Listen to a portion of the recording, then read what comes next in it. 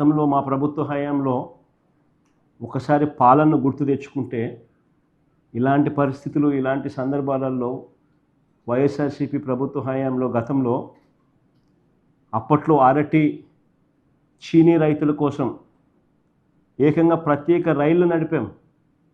అనంతపురం నుంచి ఢిల్లీకి, తాడిపత్రి నుంచి ముంబైకి, నంద్యాల కర్నూలు నుంచి గజియాబాద్కు, లక్నోకు ప్రత్యేక రైళ్లు నడిచినాయి.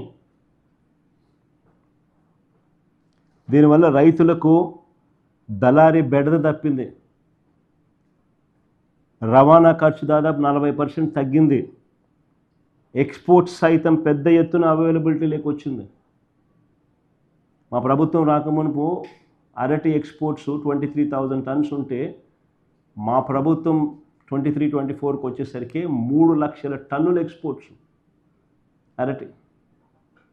ఇది ఎక్కడ 23,000, ఎక్కడ 3 లక్షల టన్నులు. ఎక్స్పోర్ట్స్ సైతం పెద్ద ఎత్తున అవైలబిలిటీలోకి తీసుకొచ్చినాం. రైతులకు అదనంగా 20-40% రేట్లు పెరిగాయి. మరి ఈ ప్రభుత్వం ఏం చేస్తూ ఉందని అడుగుతాము. చంద్రబాబు నాయుడు అనే వ్యక్తి ఏం చేస్తూ ఉన్నాడని అడుగుతా ఉన్నా. నిద్రపోతున్నాడా?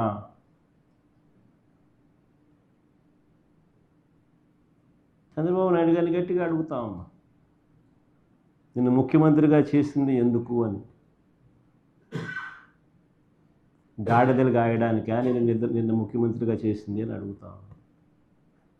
కాదు కదా, గాడిదలు కాయడానికి కాదు కదా, పట్టించుకోవాలి కదా రైతులను. చివరిగా చంద్రబాబు నాయుడు గారి ప్రభుత్వాన్ని చూస్తే బాధ ఎక్కడ అనిపిస్తుందంటే 600 టన్నుల కోల్డ్ స్టోరేజ్ మా హయాంలో ప్రారంభోత్సవం చేసినాం. ఆ కోల్డ్ స్టోరేజ్ ఆపరేషన్లో లేదు, కరెంటు బిల్లులు ఖర్చు అవుతాయని. That is the flight of farmers. ఈరోజు ఆంధ్ర రాష్ట్రంలో రైతుల పరిస్థితి అంత దయనీయంగా ఉంది.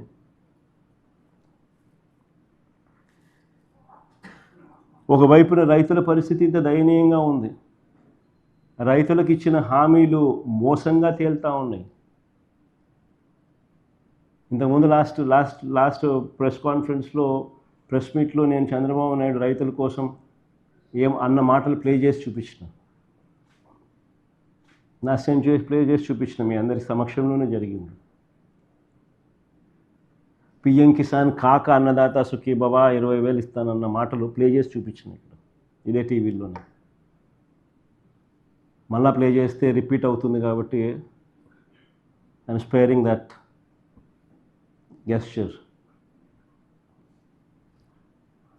రైతులకు ఇచ్చిన ప్రతి మాట మోసంగానే తయారైపోయింది. రైతుల బ్రతుకులు అగమ్య గోచరంగా తయారయ్యాయి. రైతుల హక్కుగా ఉండాల్సిన ఇన్సూరెన్స్, ఉచిత పంటల బీమా పథకాన్ని రద్దు చేసినారు. ఇన్పుట్ సబ్సిడీ సమయానికే సీజన్ ముగిసేలోగా ఇచ్చే ఇన్పుట్ సబ్సిడీ దొరకకుండా పోయింది. ఆర్బీకేలు నిర్వీర్యం అయిపోయినాయి. ఈ క్రాప్ వ్యవస్థ తెరమరుగైపోయింది. తూతూ మంత్రంగా ఈ క్రాప్ చేశామన్నట్టుగా తయారయ్యాయే తప్ప అసలు ఒక పంట పొలంలో రైతును నిలబెట్టించి ఆ రైతు వేసిన ఆ పంట మధ్యలో ఆ రైతు నిల్చుని ఫోటో తీసి జియో ట్యాగ్ చేసి ఇది ఈ రైతు, ఇన్ని ఎకరాలు ఈయన రైతు వేసినాడు, ఈ ఎకరాల్లో ఈ పంట ఈయన వేశాడు అనే దాన్ని ఆర్బీకేకు అనుసంధానం చేసి దట్ ఈస్ కాల్డ్ ఈ క్రాప్. ఆ తర్వాత ఆ ఆర్బీకే పరిధిలో ఆ రైతుకు ఎక్కడ నష్టం జరిగినా కూడా, గిట్టుబాటు ధర రాని పరిస్థితి ఎక్కడ ఉన్నా కూడా ఆర్బీకేలో ఒక పోస్టర్ ఉండేది, ప్రతి పంటకు ఇది గిట్టుబాటు ధరలని, ఈ పంటకి ఇది గిట్టుబాటు. ఎక్కడైనా అటువంటి గిట్టుబాటు ధర రాని పరిస్థితి ఎక్కడైనా ఉంటే వెంటనే ఆర్బీకే యాక్టివేట్ అయ్యేది. ఆ ఆర్బీకే పరిధిలో వెంటనే డిస్ట్రెస్ కాల్ జాయింట్ కలెక్టర్కి వెళ్ళేది. Joint collector was also assigned as joint managing director Markfed. వెంటనే జాయింట్ కలెక్టర్ ఇంటర్వ్యూన్ అయ్యేవాడు ఆ ఆర్బీకే పరిధిలో, ఆ పంటను కొనుగోలు చేసేవాడు. మార్కెట్లో కాంపిటీషన్ క్రియేట్ చేసేవాడు. దాదాపుగా 7,457 కోట్లు ఖర్చు చేసినాం మేము మార్కెట్ ఇంటర్వెన్షన్ ఫండ్. గిట్టుబాటు ధరలు రాని పరిస్థితి, ఏ రైతుకు కూడా రాకూడదు అని చెప్పి పడ్డ పాలన ఆ రోజుల్లో. ఒక పక్క ఏమో అన్ని రైతుల జీవితాలు చిన్నాభిన్నమై కనిపిస్తూ ఉన్నాయి, ఇచ్చిన హామీలన్నీ మోసంగా కనిపిస్తూ ఉన్నాయి, రైతుల పరిస్థితి దయనీయంగా మారింది. మరోవైపున టాపిక్ డైవర్ట్ చేసేందుకు మోసాలతో చంద్రబాబు నాయుడు ఏమంటాడు, రైతన్నా మీకోసం అంటూ ప్రచారం చేసుకుంటాడు. పేపర్లో అసలు ఈనాడు పేపర్లో చూస్తే పేపర్ కటింగ్ చూడండి ఒకసారి, రైతన్నా మీకోసం అంట. ఏమంటాడు, కార్యక్రమాన్ని రాష్ట్ర వ్యాప్తంగా విజయవంతం చేసిన రైతులందరికీ ధన్యవాదాలంట. అసలు రైతుల దగ్గరికి పోయే పరిస్థితి లేదు వీళ్ళకు. పోతే రైతులు తిడతారు, కొడతారు, ఎవడు పోయింది లేదు. విజయవంతం అంట. కార్యక్రమాన్ని రాష్ట్ర వ్యాప్తంగా విజయవంతం చేసిన రైతులందరికీ ధన్యవాదాలంట. ఆశ్చర్యం అంటే ఆశ్చర్యమైన అడ్వర్టైజ్మెంట్లు, బుల్డోజింగ్, గోబెల్స్ ప్రచారాలు.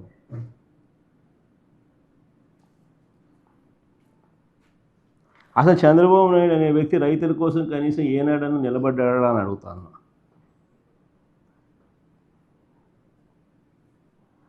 పైపెచ్చు ఈ ఒక్క మోసమే కాదు, ఈ ఒక్క అబద్ధమే కాదు, పైపెచ్చు ఈ మధ్యకాలంలో ఇంకొక అబద్ధం కూడా నిస్సిగ్గుగా ఆడుతూ ఉన్నాడు. సూపర్ 6లు సూపర్ 7లు ఇచ్చేసాము, సూపర్ 6 సూపర్ 7 ఇచ్చేసామని అంటున్నాడు.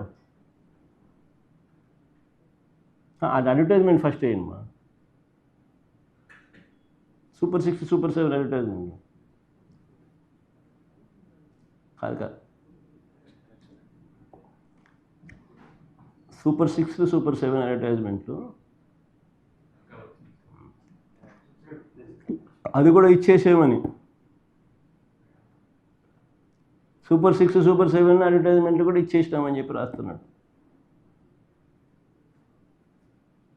ఆశ్చర్యం కలిగించే విషయం ఏంటంటే, అసలు సూపర్ 6 సూపర్ 7లు ఈయన ఇచ్చినటివి ఏం చేశాడని అడుగుతా ఉన్నా.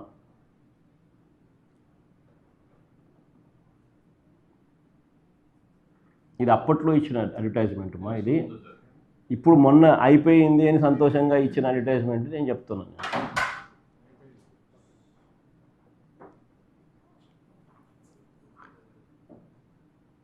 ఆశ్చర్యం కలిగించే విషయం ఇది సూపర్ 6 అడ్వర్టైజ్, ఇది సూపర్ 6 సూపర్ 7 ఆయన చెప్పినట్టు.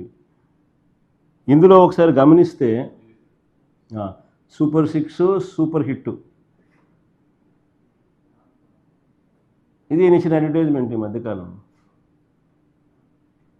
సూపర్ 6లు సూపర్ 7లు చేసేసినాము, విజయవంతంగా బ్రహ్మాండంగా చేసేసినామని చెప్పి ఏకంగా చెప్పేస్తున్నాడు ఆయన. నిన్న పబ్లిక్ మీటింగ్లో కూడా నిన్న మీటింగ్లో కూడా ఆయన ఏదో సమ్ ఎక్కడ చెప్పినాడు, నిన్న గోపాలపురంలో కూడా సూపర్ 6లు సూపర్ 7లు విజయవంతంగా చేసేసినాము అని కూడా చెప్పేస్తున్నాడు. టీవీ పేపర్లలో వాళ్ళకు సంబంధించిన పాంఫ్లెట్ పేపర్లలో, వాళ్ళ టీవీ ఛానళ్ళలో, ఎల్లో మీడియా టీవీ ఛానళ్ళలో అడ్వర్టైజ్మెంట్ కూడా ఇచ్చేస్తున్నారు, సూపర్ 6 సూపర్ 7 సూపర్ హిట్ అని.